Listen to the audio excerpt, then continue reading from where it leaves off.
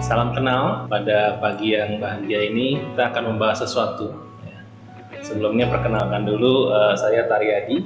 Saya kebetulan saat ini bekerja di sebuah lembaga pendidikan sebagai guru. Kami akan berbincang-bincang masalah yang menjadi kerisauan atau kegalauan banyak orang, atau pemahaman-pemahaman yang mungkin kita masih belum bisa membedakan sebenarnya ini apa sih, sebenarnya itu apa sih, gitu ya. Nah, di sini kebetulan saya bersama teman saya sebagai narasumber pada hari ini. Saya perkenalkan, beliau adalah Pak Toyo. Silakan Pak. Iya, saya kebetulan rekannya Pak Taryadi.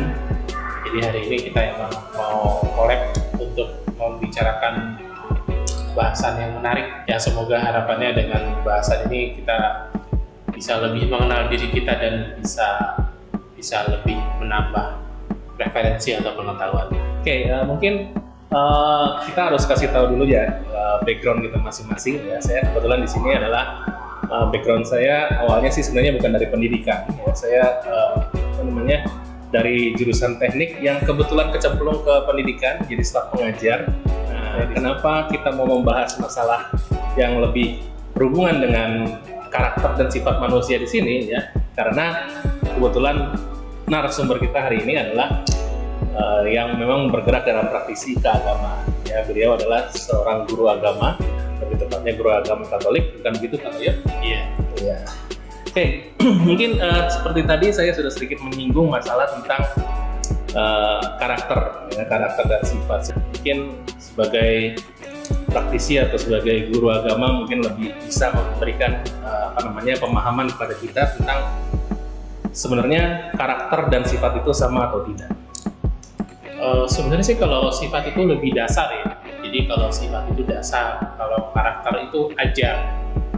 Jadi kalau sifat memang sesuatu yang sudah menjadi diri kita, sesuatu yang ya Tuhan tanamkan pada diri kita, itu sifatnya seperti itu. Tapi kalau karakter itu bisa bentukan kita sendiri karena kita merasa bahwa kita perlu menjadi seperti ini. Contoh misalnya, ketika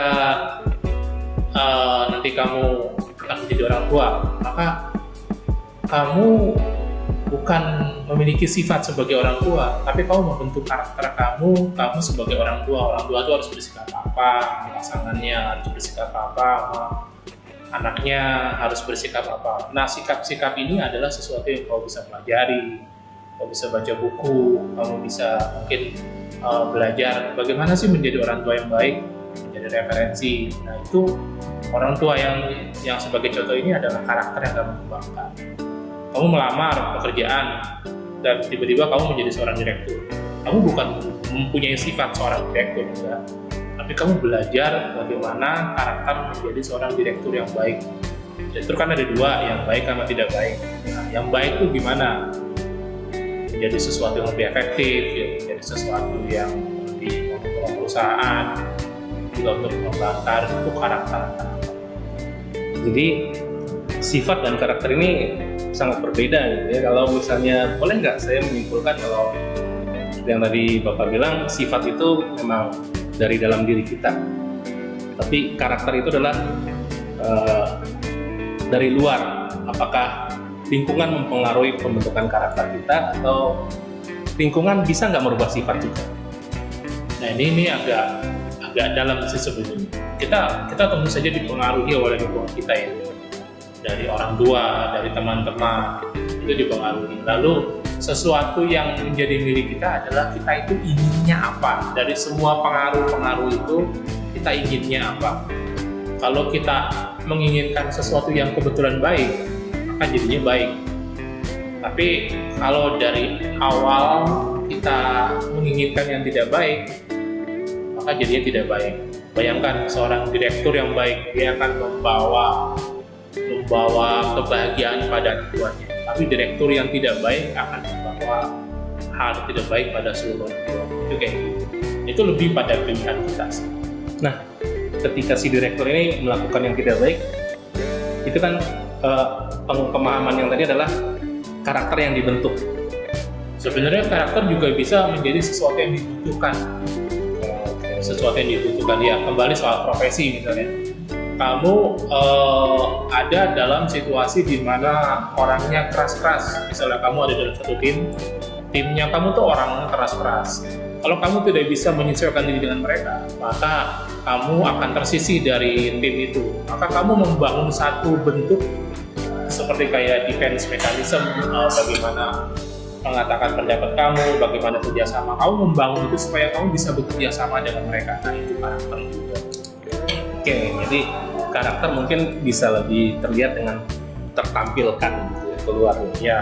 Nah, kembali ke yang tadi, apakah lingkungan bisa mempengaruhi sifat dalam diri kita? Sebenarnya sih nggak bisa ya. Karena misalnya orang yang penakut, misalnya dasarnya penakut, Dia tidak akan bisa menjadi pemberani. bisa, tapi dia perlu usaha yang lebih keras. Itu di karakter mainnya. Kamu tahu kekurangan dalam diri kamu, misalnya saya gemuk, itu kan sesuatu yang kurang. Saya gemuk, saya suka makan, maka saya harus membangun karakter supaya saya suka olahraga. Ini sesuatu yang saya usahakan nih. Saya usahakan, saya disiplinkan. Gitu. Akhirnya walaupun saya malas, walaupun saya suka makan, tapi saya masih aman karena saya berusaha untuk mendisiplinkan diri saya untuk olahraga. Oke. Jadi dengan kata lain sifat ini kan memang aslinya dasarnya dari dalam diri kita. Lalu ketika kita mau ibaratnya tadi kita penakut, lalu kita mau merubah diri kita menjadi mungkin orang yang lebih berani, maka kita bisa mempelajarinya, lalu kita menjadikan itu sebagai karakter pemberani. Bisa dikatakan begitu, Pak? Ada istilah begini, not everyone jadi leader. Tidak semua orang itu bisa jadi leader. Tidak seorang bisa jadi pemimpin. Tapi pada saat kamu dibutuhkan menjadi pemimpin, kamu harus bisa. Situasi itu kadang seperti itu. Oke, jadi memang untuk si pembentukan karakter ini ya jauh lebih besar adalah pengaruhnya dari lingkungan ya. Dari lingkungan, dan memang bisa juga itu adalah ketika kita berada di lingkungan A, maka kita bisa menyesuaikan dan kita memilih untuk menjadi karakter seperti yang A inginkan, gitu ya. Iya. Bisa seperti itu. Sebenarnya kalau lebih kerasnya sih begini. Kalau kamu belajar sendiri itu lebih sulit.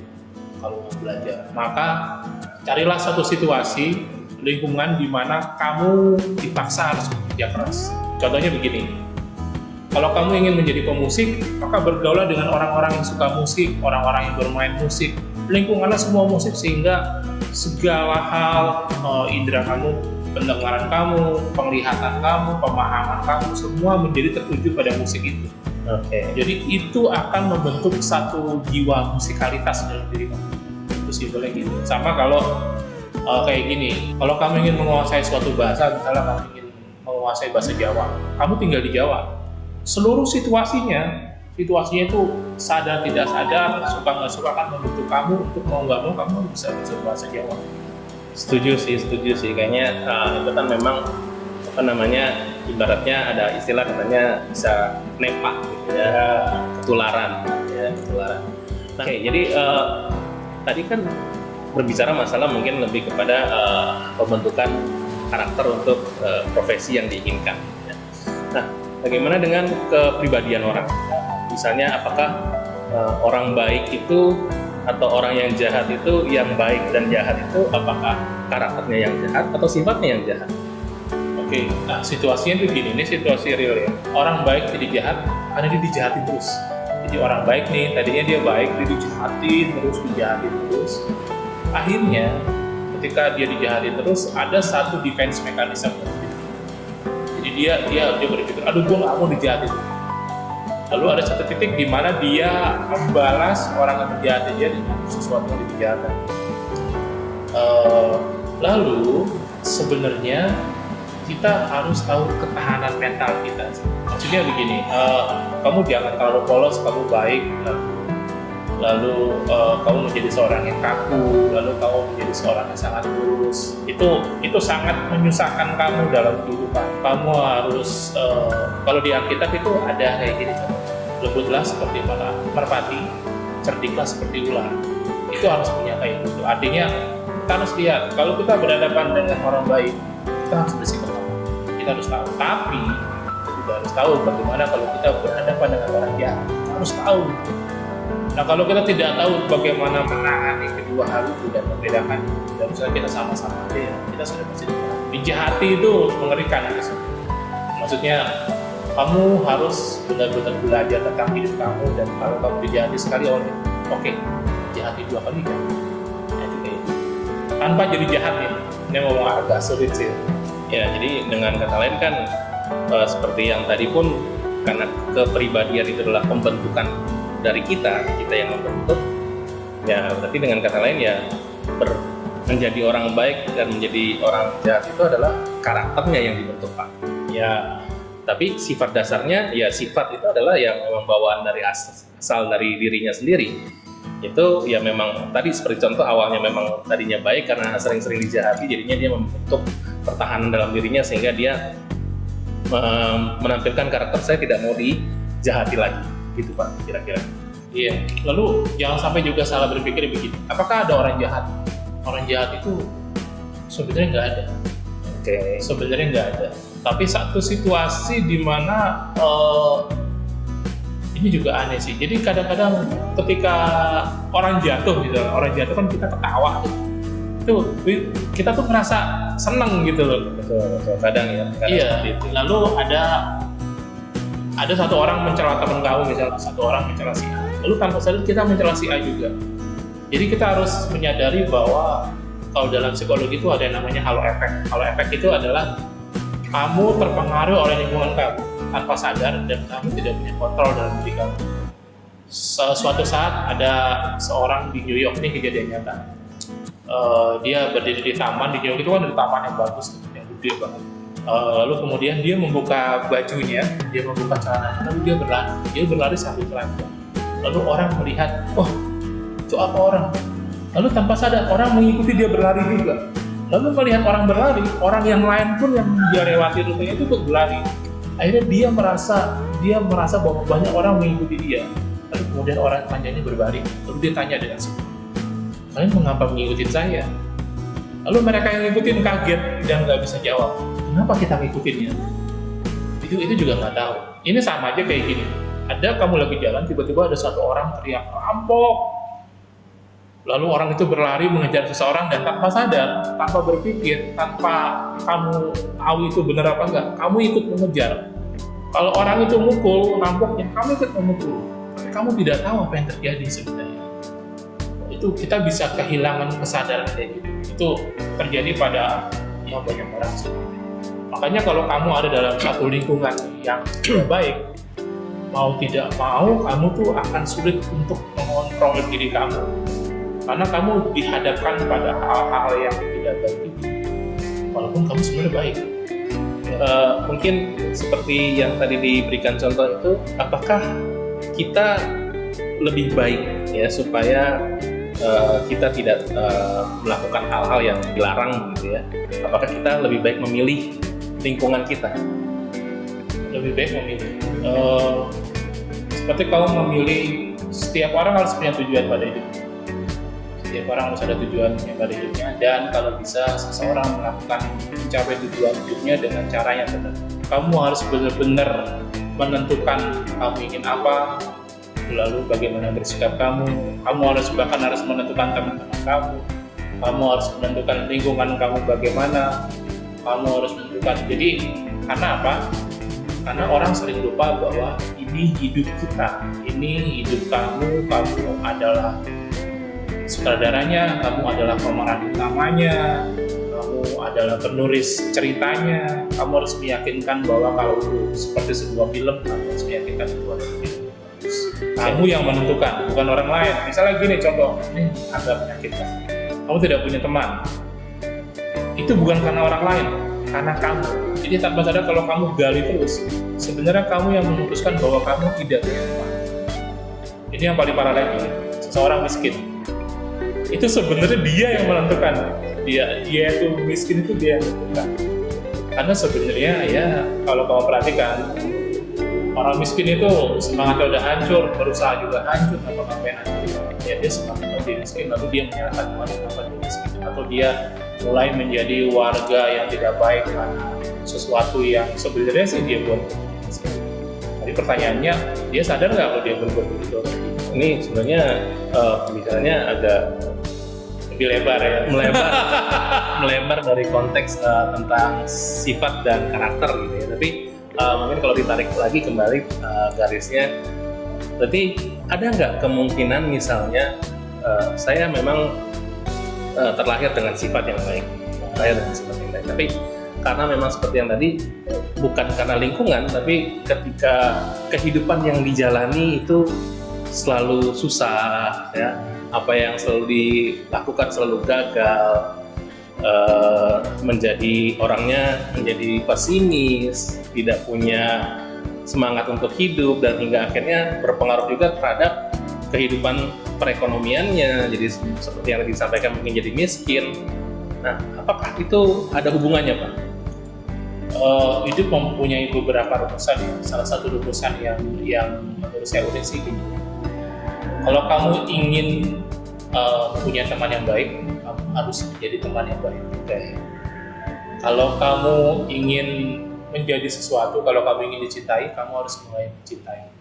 Itu yang pertama. Lalu yang kedua, kamu bukan belajar dari keberhasilan kamu, kamu belajar dari kesalahan kamu. Kamu bukan belajar dari orang-orang yang memuji kamu, teman-teman kamu. Ya. Kamu belajar justru dari orang-orang yang membenci kamu, yang mengkritik kamu. Kamu belajar dari situ karena kita tuh baru belajar ketika kita butuh dan ketika kita ingin belajar. Kalau ingin belajar ini lebih sulit. Jadi kita butuh itu lebih gampang. Kamu butuh jago komputer, ya kamu belajar komputer. Butuh ini sama dengan terpaksa ya. Ya, itu sama dengan terpaksa. Seperti masa saat ini yang kita hadapi gitu ya, pandemi.